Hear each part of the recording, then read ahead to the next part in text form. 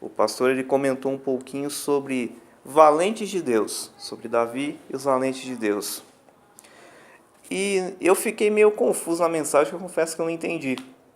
Eu li em casa e consegui fazer o resumo dessa palavra de domingo na madrugada, que é quando mais Deus gosta de ir, pelo menos comigo. E bem na hora, enquanto o pastor começava a mensagem, só me veio essa pergunta: como ser um valente de Deus? Na sua opinião, como é que podemos ser um valente de Deus? Já que só estamos em homens hoje, então não preciso utilizar a autoexpressão de uma. Como é que para você pode, assim, ser um valente de Deus? Que nós precisamos para ser um valente de Deus? Nossa, acima de tudo, a gente precisa ser fiel a Deus, fiel aos mandamentos. E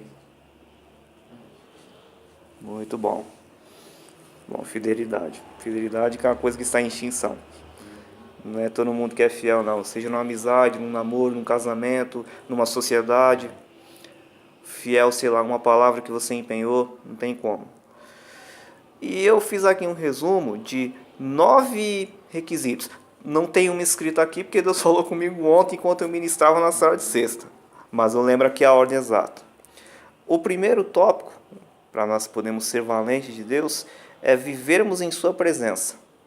Se você for lá no capítulo 9 de 1 Crônicas, que foi onde o pastor pincelou no domingo, está falando sobre os habitantes de Jerusalém que estavam morando lá depois do cativeiro. O cativeiro que eles passaram por desobediência ao Senhor. E aqui mostra uma genealogia de pessoas, vários parentescos, que estavam ali em Jerusalém. E quando você ouve a palavra Jerusalém, o que te remete? o quê? Quando você ouve a palavra Jerusalém, o que te remete? Que tem a ver similar com Jerusalém. Para onde nós vamos no futuro, terra prometida, a nova Jerusalém celestial. E Jerusalém, simbolizando para nós, representa a presença de Deus. Ou seja, lá na cidade celestial onde estaremos no futuro, é onde está a presença de Deus, onde está a glória de Deus, onde a presença dele ilumina tudo. Então o que acontece? A presença de Deus em nossas vidas representa uma Jerusalém. Então o primeiro tópico para sermos um valente de Deus é vivermos em sua presença, não é um exemplo. Uma vez o pastor Eliseu falou uma coisa que eu já pensava nisso antes. Quando a gente começa a fazer uma oração, a gente fala: Senhor, eu entro em sua presença. Espera aí, entrar não. Você tem que viver na presença de Deus sempre. Você começou a entrar na presença de Deus no dia que você levantou a mão para Jesus. Então, na verdade, eu até essa semana completei 12 anos com Jesus, segunda-feira. Fiz 12 anos que Jesus me aceitou. Então, há 12 anos que eu vivo na presença de Deus. Então, as nossas orações não tem que ser: eu estou entrando em sua presença, Senhor, em sua presença, porque você não pode sair. Você tem que permanecer na presença de Deus em tudo que você fizer. Trabalho, escola, faculdade. Então, o primeiro requisito aqui é viver na presença de Deus. Que isso aqui, o versículo base é o capítulo 9 até o versículo 34. Número 2, obedecendo a sua palavra. Esse relata um pouquinho que você falou de fidelidade. Aqui baseia-se no capítulo 10 de 1 Crônicas, quando Saul, por desobedecer a Deus, acabou morrendo. Ele estava em meio a uma guerra e ele pediu para que um dos escudeiros dele matasse ele com espada. Os 3 filhos dele já tinham morrido e o escudeiro dele não quis matar a Saul. O que Saul fez? Ele travou a espada no chão, se jogou em cima dela e se matou. O que a gente leva com isso? A gente sempre ouve a seguinte palavra: honra a teu pai e tua mãe, para que os seus dias se prolonguem na terra. Ou seja, se você desobedece, você perde um tempo na sua vida. Não se sabe se é um dia, se é uma hora, se é um minuto, não sabemos quanto que é. Mas aqui é uma prova de que quando você desobedece a palavra de Deus, você não vive muito.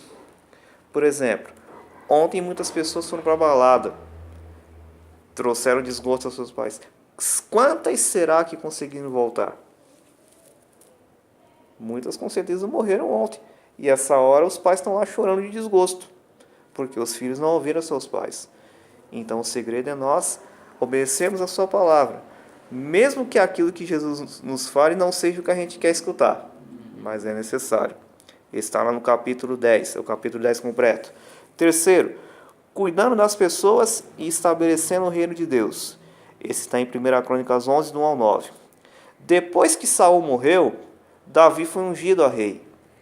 Uma turma de pessoas se propuseram a ir de encontro a Davi e fazer ele o rei deles. E ungiram a Davi, rei de Israel, e Davi começou a estabelecer o seu reino em várias partes. A gente colocando para a nossa visão seria o seguinte: suponhamos que hoje a célula Maranata Jovens Fortes estivesse multiplicando novamente. Nós tivéssemos um número bom de pessoas aqui e eu chegasse só, gente, vocês estão tudo preparado? Vamos invadir Ferraz aí? Vamos abrir outras casas aí, com celas? Vamos estabelecer o reino de Deus em alguns outros lugares? Seria mais ou menos isso. Davi estabeleceu o reino dele, fez o reino dele ser conhecido em vários lugares. O que a gente aprende aqui nesse terceiro? É cuidar de pessoas e estabelecer o reino de Deus. Quando Davi aceitou ser rei de Israel, ele simplesmente estava aceitando cuidar de pessoas. O rei naquela época é o presidente de hoje. Ainda tem alguns países que são comandados por reis. A Inglaterra, por exemplo, é uma prova, tem a Rainha Elizabeth. Já a maioria dos países é tudo com o presidente. Seria mais ou menos essa função. Davi ele aceitou reinar e cuidar de pessoas, e era muita gente. Então ele aceitou cuidar de pessoas e simultaneamente estabeleceu o seu reino em vários lugares. E qual é a nossa missão? Ir fazer discípulos. Ao mesmo tempo cuidar de pessoas e estabelecer o reino de Deus em vários lugares. Que lugares são esses? O coração das pessoas. Assim como um dia o reino de Deus foi estabelecido no seu coração, você tem a missão de estabelecer em outros e cuidar de pessoas também. Não estou me referindo ao seguinte, você ser um líder de célula. Isso aí vai ser um dia algo que você desejar, mas é você querer cuidar de pessoas, ou seja, você vê pessoas aflitas e você quer estender a mão. Ei, meu amigo, estou vendo que você não está bem? Deixa eu te ajudar, eu tenho algo que pode mudar a sua vida. É nesse ponto. Aqui a quarta questão. Guerreando as guerras do Senhor. Está lá em 1 Crônicas 12, do 1 ao 8. Ele relata aqui sobre os tipos de valentes que vieram a Davi. E mostravam o modo, as armas que eles tinham, a habilidade deles. E o que a gente aprende aqui? Que nós temos que guerrear as guerras do Senhor, não as nossas guerras. A gente sempre ouve lá, Mateus 6,33, buscar primeiro o reino de Deus, ou seja, se preocupar com aquilo que Deus se preocupa. Quando a gente se preocupa com o que Cristo se preocupa, automaticamente Ele se preocupa conosco. Quem tem que se descabelar pelos nossos problemas é Ele. E nós temos que nos preocupar com aquilo que Ele se preocupa. Então é isso. Nós guerreamos as guerras do Senhor, não as nossas. Porque se a gente guerrear as nossas, a gente vai perder. Então deixa Ele guerrear por nós. Quinta questão aqui. Não tocar na glória de Deus. Está lá em 1 Crônicas 13. Aqui foi quando Davi resolveu achar um meio diferente de levar a arca do Senhor. Olha a burrice de Davi. Deus determinou que a arca fosse levada por 4 levitas, segurando cada um num ombro e mais 2 atrás. Davi teve a brilhante ideia de pôr numa carroça, sendo que era para carregar nos ombros, como que você estivesse carregando o peso da glória de Deus. E o que ocorreu? No meio do caminho, tropeçou, a carroça bateu numa pedra, não sei o que foi. E deixa eu ver o nome do cara aqui, que ontem eu falei errado na célula. Deixa eu ver. Então, Uzá. Eu falei Uzias, era Uzá. Uzá resolveu ir segurar a arca para não cair. E o que aconteceu? Deus fulminou Uzá. Por que Deus fulminou? Porque ele não estava autorizado por Deus a segurar a arca. Eram levitas consagrados ao Senhor, instituídos por ele, para carregar a arca. Por essa razão, Deus feriu Uzá. E Davi se entristeceu muito e deixou a arca na casa de Obed-edom. Nós tivemos há alguns anos na igreja a campanha da arca, não sei se você lembra. Sua mãe chegou a participar, onde por 3 meses ficou na casa de Obed-edom e Deus prosperou Obed-edom de uma maneira poderosa. Que aí Davi ficou muito feliz e pediu para trazer de volta a arca. Mas o que acontece aqui? Nós não podemos tocar na glória de Deus. Ou seja, querer se engrandecer igual a Deus. Por que Satanás foi tirado do céu? Ele era Lúcifer, um anjo de luz, ele era o querubim da guarda, ele comandava o louvor do céu. Ele resolveu se engrandecer, se meteu à besta, e infelizmente ele e uma terça parte dos anjos caíram. Então nós não podemos tocar na glória de Deus. O que é de Deus é dele. Não podemos tocar. Toda vez que nós fizermos algo, nós temos que tributar a glória a ele, não tomar para nós. Sexta questão: consultar a Deus em tudo o que for feito. Aqui está no capítulo 14. Davi, ele sempre tinha o costume de consultar a Deus em qualquer guerra que ele fazia. E por isso que Davi prevalecia. E o que fica para nós? Nós não podemos fazer nada sem consultar a Deus. Um exemplo: nós dois somos maiores de idade, mas nós ainda moramos com nossos pais. Para qualquer coisa que a gente for fazer, nós temos que ter a permissão deles. Nós podemos fazer essa permissão. Vai a gente se meter a fazer sem consultar eles, para ver se não vai ficar com uma marquinha nas costas. Então a gente tem que consultar a Deus em tudo. Mesmo que seja alguma coisa besta que você acha, você acha que Deus vai responder isso? Deus responde. Então você tem que consultar a Deus em tudo, para que você possa... Já falou uma vez sobre isso. Então, está lá em 1 Crônicas 14, no 17. Sétima questão: carregar sua presença de forma correta. Aqui foi quando a arca foi tirada da casa de Obed-Edom, depois do incidente que ocorreu, e foi levado de volta para Jerusalém. Então, Davi entendeu a maneira que era para ser carregada a arca, que maneira que a presença de Deus tinha que ser carregada. E ele instituiu pessoas para fazer isso. E, ou seja, nós somos a arca de Deus ambulante hoje, a arca somos nós. E nós temos uma maneira correta de carregar a presença de Deus. E que maneira que é essa? Procurando não pecar. Não que a gente está livre de fazer isso. Nós somos imperfeitos. Mas que maneira eu quero dizer? No encontro com Deus, um dos temas que a gente ouve muito é sobre arrependimento, que é justo na sexta-feira à noite. E o arrependimento é o seguinte: você se arrepende do que você fez e não tornar a fazer. Mas agora, infelizmente, tem muitas pessoas que brincam com Deus, comete pecado, se arrepende e volta a fazer. Dessa maneira você não está carregando a presença de Deus de forma correta. Por quê? Porque tem pecado dentro de você. Então você não pode brincar com Deus, você tem que realmente se arrepender e não voltar mais a praticar. Dessa maneira você vai carregar a presença de Deus de forma correta. Então é isso. Penúltima questão: adorar ao Senhor sempre. Esse está em 1 Crônicas 16. Davi fez um cântico de louvor. Davi escreveu o livro de Salmos.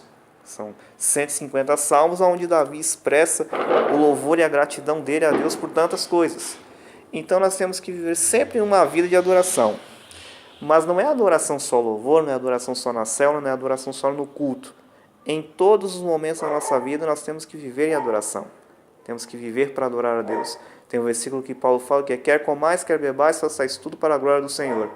Então nós temos que viver sempre em adoração. No nosso trabalho, na nossa escola, na nossa faculdade, seja no supermercado, seja numa fila de banco, nós temos que glorificar a Deus em tudo e dar louvor. Mesmo nos momentos bons, momentos ruins, porque a gente dando louvor a Deus... pastor. A gente dando louvores a Deus, automaticamente a gente vai ser bem sucedido.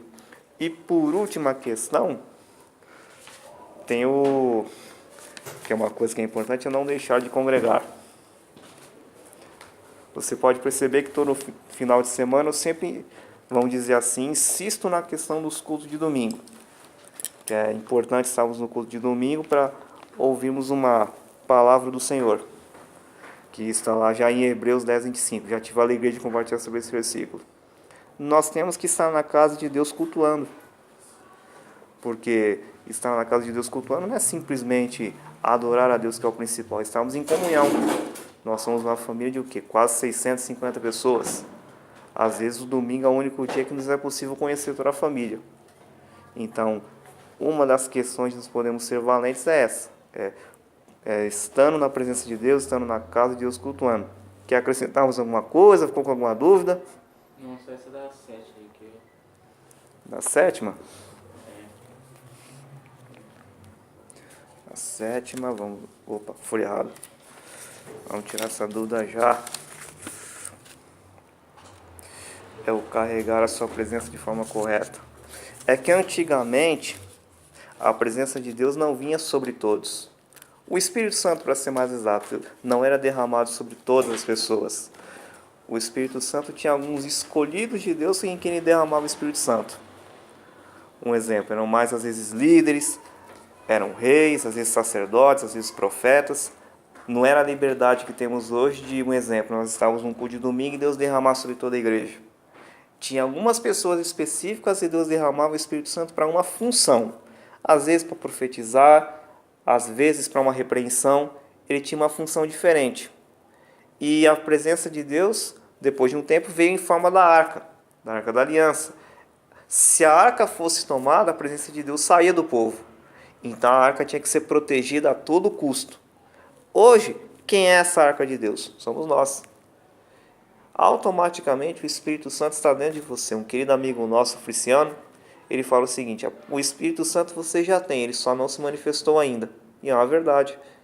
Quando você aceita Jesus, automaticamente o Espírito Santo também entra em você. Então, por isso, carregar a presença de Deus de forma correta. Ou seja, o Espírito Santo está dentro de você. Então, você tem que fazer com que as pessoas vejam o Espírito Santo dentro de você. E de que maneira você vai conseguir isso? Não compactuando com o pecado. Deu para entender mais? Entendi. Então, é dessa forma. Você não compactuar com o pecado. Não estou falando que você não pode errar. Às vezes acontece, mas é assim, você não ter constância. Se você fez um determinado erro, Não praticar assim os erros. você não repetir. Por exemplo, você errou, mas aí você pediu perdão a Deus e de repente você quer fazer de novo. Não, você tem que ter consciência. Se você se arrependeu, sai fora.